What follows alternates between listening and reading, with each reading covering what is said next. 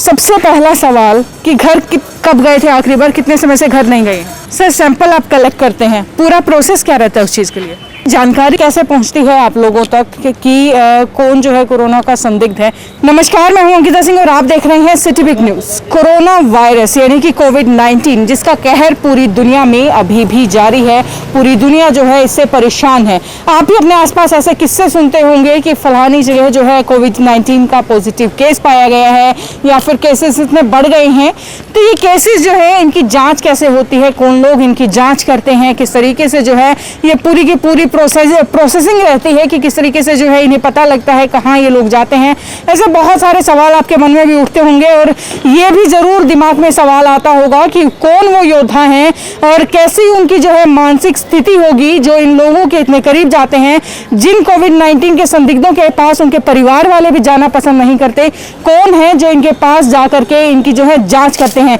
ये हमारे योद्धा हैं, कोरोना वायरस के समय की योद्धा। और इन्हीं में से दो योद्धा इस वक्त मेरे साथ भी मौजूद हैं, डॉक्टर बंसल जी और डॉक्टर वेदव्रत जी। जी सर, कैसे हैं? हाँ जी, बिल्कुल बढ़िया जी सर, बिल्कुल ठीक।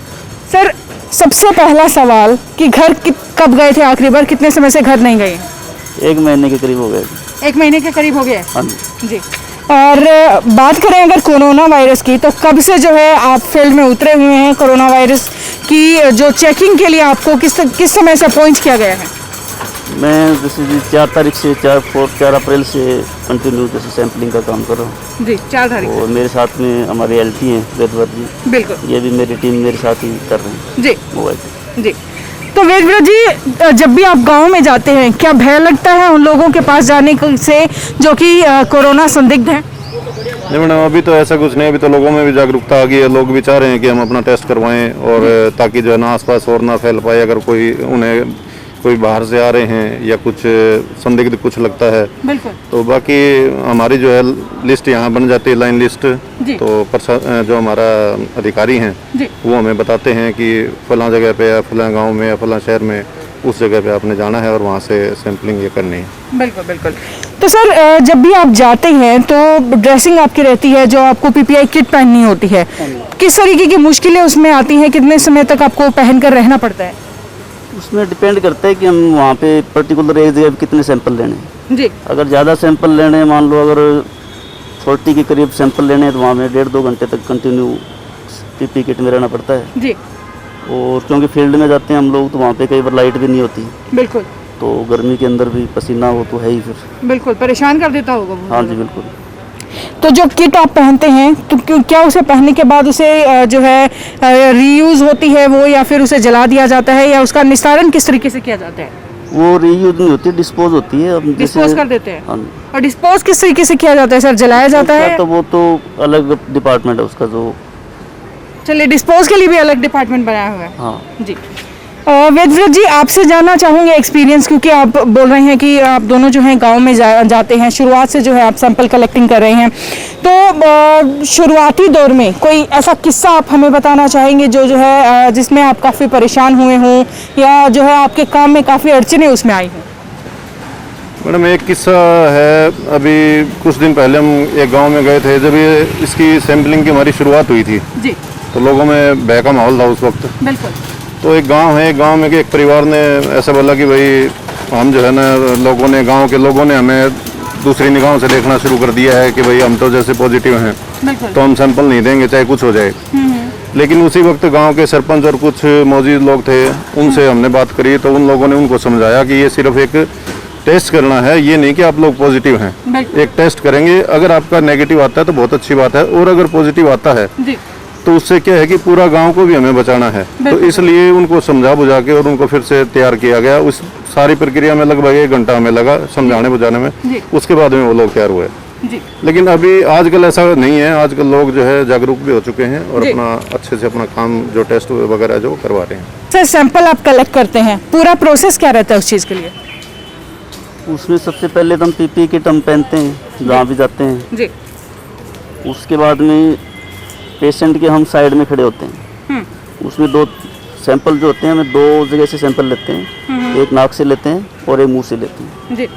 तो हम साइड में खड़े होके एक बार नाक से लेते हैं, फिर उससे मुंह से ले लेते हैं। जी। और उसके बाद में हमारे जो लैब टेक्नीशियन है वो उसको पैकिंग कर देते हैं, जो जी। उसके ऊपर नाम वगैरह लिखना होता है। जी तो ये बिल्कुल सिंपल सा प्रोसेस है, इसमें न कोई इंजेक्शन भी नहीं लगाना। ये तो एक अपना जो लकड़ी की डंडी होती है जी उसके आगे कॉटन लगी होती है, बिल्कुल। उसको नॉर्मल अपने एक बार नाक में डालते हैं, निकाल लेते हैं। जी ऐसे ही पीछे गले में टच करवाते हैं, निकाल लेते हैं। तो इसमें कोई घबराने वाली बात ही नहीं। बिल्कुल। वेदव्रत जी, जानकारी कैसे पहुंचती है आप लोगों तक कि कौन जो है कोरोना का संदिग्ध है, जानकारी कैसे जुटा पाते हैं? मैडम ऐसा है कि ये हमारे अंदर वॉर रूम है, कोविड वॉर रूम। जी। इसके अंदर हमारी डॉक्टर्स की सभी लोगों की टीम है और जो अंदर फील्ड में MPSW, ANM, आशा वर्कर ये सभी लोग होते हैं। तो जैसे ही कोई बाहर का कोई आदमी आउट ऑफ स्टेट या किसी व्यक्ति को खांसी या जुकाम या बुखार है तेज, तो ये सभी लोग फील्ड में होते हैं। ये फील्ड में होने की वजह से ये इन्फॉर्मेशन देते हैं वॉर रूम में। वॉर रूम में फिर उसकी लाइन लिस्ट बन जाती है, यानी कि उसका नाम, अता पता सभी कुछ नोट हो जाता है। या चाहे वो बाहर से आया है, ट्रैवलिंग करके आया है, या फिर उसको बुखार है, खांसी है, जुकाम है, या फिर वो लोग किसी और के संपर्क में आए हैं, तो वो सभी लोग जो है ग्राउंड लेवल पे आशा वर्कर, MPSW इनको पता होता है। वो सब लोग इन्फॉर्मेशन यहाँ भेजते हैं। यहाँ भेजने के बाद में एक वो लिस्ट बन जाती है उस एरिया की, और अगले दिन वो लिस्ट हमारी टीम को या जो और हमारी जो दूसरी टीमें हैं उनको सौंप दी जाती है। उसके बाद में फिर हमारी कार्रवाई शुरू हो जाती है।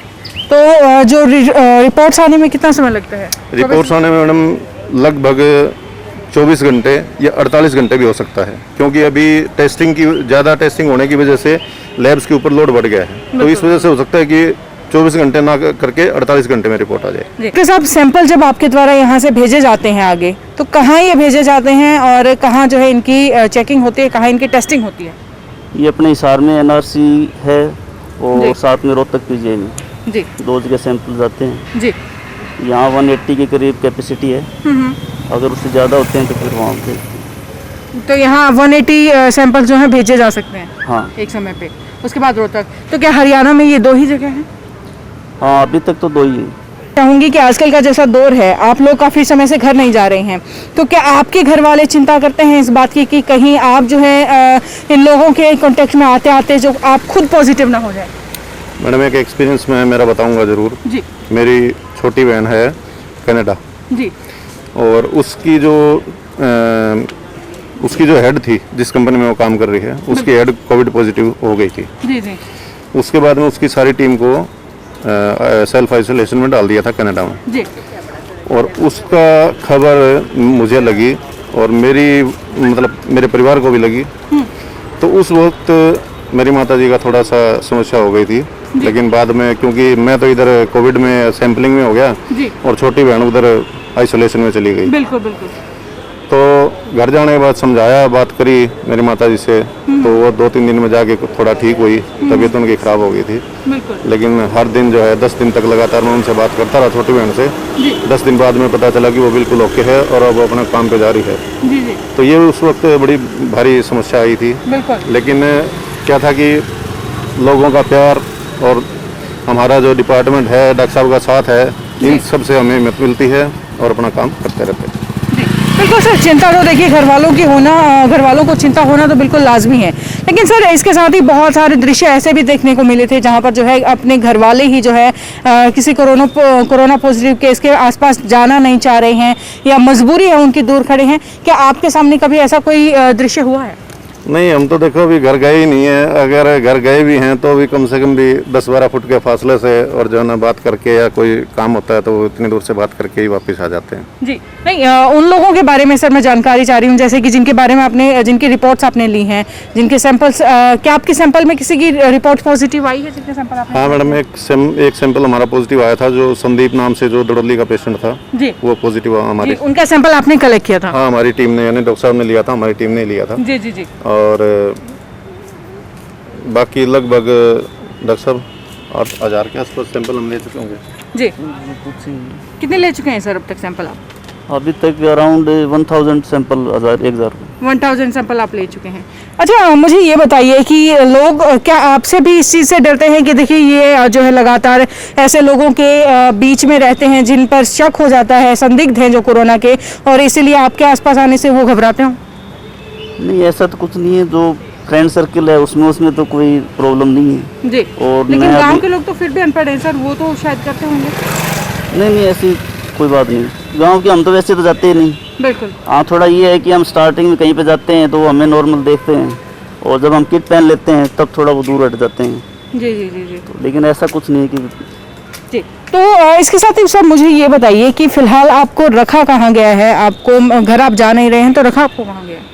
मैं तो फिर फ्लेमिंगो में रह रहा हूँ और ये HU में। जी सर, आप कहाँ रह रहे हैं? Faculty house. आप फैकल्टी हाउस HU में। में। आप दोनों को अलग अलग रखा गया है? नहीं, मतलब ये तो अलग अलग तो ऐसा कुछ नहीं है, क्योंकि हमारे टीम के और भी सदस्य हैं वो भी फैकल्टी हाउस में हैं। जी, तो जी। कुछ लोग इसमें अपने ब्लू बर्ड में भी हैं, कुछ लोग फ्लेमिंगो में भी जी। हैं। तो ये सरकार की व्यवस्थाएं हैं, जहाँ जी, भी जिनको ठीक लग रहा है वो वहीं अपना रह रहे हैं। जी। तो मुझे ये बताइए सर कि जहाँ जहाँ आपको रखा गया है, क्या आपको वहाँ सुविधाओं में किसी तरीके की कमी है या फिर जो अच्छा खासा ध्यान आपका वहाँ रखा जा रहा है? नहीं, वहाँ कोई दिक्कत नहीं है। ना कोई दिक्कत नहीं हाँ, है? बिल्कुल बढ़िया फैसिलिटी है, किसी तरह की कोई प्रॉब्लम नहीं। जी जी। विद्युत जी क्या कहना बिल्कुल चाहेंगे? सही है, कोई समस्या नहीं किसी प्रकार की। जी खाने का, रहने का और सभी सुविधाएं जो हैं बहुत अच्छी हैं और ठीक है। जी। तो सर आजकल भी देखिए थोड़ा सा परिवहन बढ़ने लगा है, बाजार खुल चुके हैं। क्या लगता है आप लोगों को कि क्या जो है ये इस खुलने से या भीड़ के बढ़ने से केसेस बढ़ सकते हैं?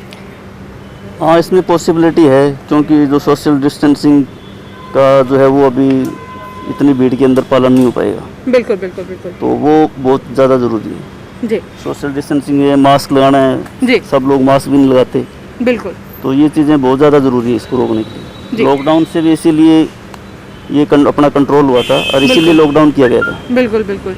लेकिन सर सारी उम्र तो अब लॉकडाउन करना भी पॉसिबल जो है नहीं हो पाएगा गवर्नमेंट के लिए। लोगों को ही समझना होगा। क्या कहना चाहेंगे हमारे व्यूअर्स को, उन व्यूअर्स को जो थोड़ी सी कोताही बरत जाते हैं अपनी सेहत के लिए? देखो, मैं तो एक इससे बचाव के लिए 4-5 बातें हैं जो कह सकता हूँ। जी एक तो सोशल डिस्टेंसिंग होनी चाहिए। जी एक, आपको भीड़ वाली जगह पे नहीं जाना है, जैसे अपना पार्क है, कोई बिल्कुल। फंक्शन है, किसी तरह का मॉल है, रेस्टोरेंट है, जी वहाँ बिल्कुल नहीं जाना 6-7 में। जी और एक, अपना मास्क लगा के रखना है। बिल्कुल बिल्कुल। मास्क को लगाने का तरीका भी है, सैनिटाइज़र अपने पास रखो। आपको मास्क उतारना भी तो सैनिटाइज़र से पहले सैनिटाइज करके फिर अपना मास्क उतारो, बिल्कुल बिल्कुल। और जब लगाना है तो सैनिटाइज करके फिर लगाओ। जी घर पे अगर आप हो तो हैंड वॉशिंग बहुत ज़्यादा ज़रूरी है। बिल्कुल। तो आप फ्रिक्वेंटली अगर अपना हाथ फेस पे टच नहीं करोगे जी और हैंड वॉश करते रहोगे तो प्रॉब्लम नहीं आएगी। बिल्कुल बिल्कुल। जी जी। वेद जी क्या कहना चाहेंगे आप? सबसे मेन ये है मैम कि अगर मान लो हम बाहर जा रहे हैं, घर से बाहर जा रहे हैं, तो जब तक बाहर जा रहे हैं कोई भी काम जरूरी है वो करके वापस आ रहे हैं, तो आते ही सबसे पहले बिना अपने हाथों को या किसी चीज़ को छुएं, अपने हाथों को साबुन से धोएं, उसके बाद में ही अपने फेस को या अपने किसी और चीज़ को टच करें। बिल्कुल ये सबसे ज़रूरी है। जी।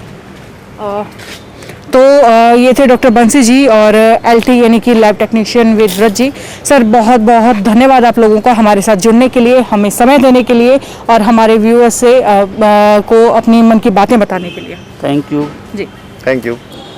तो ये थे हमारे 2 कोरोना वॉरियर्स डॉक्टर बंसी जी और LT विद्युत जी, जो कि अपने काम पर लगे हुए हैं, लगातार पिछले 1 महीने से अपने घर नहीं गए हैं और पूरा प्रोसीजर जो है कोविड-19 की टेस्टिंग का, जो संदिग्ध होते हैं उनकी टेस्टिंग का इन्होंने हमें बताया है, हमारे साथ साझा किया है। तो ये था आज का हमारा एपिसोड और आगे भी इसी तरीके की जानकारियाँ आपके लिए लेकर के आती रहूँगी, जिसे देखने के लिए जुड़े रहे हमारे साथ और लाइक और सब्सक्राइब करें हमारा चैनल सिटी बिग न्यूज़। नमस्कार।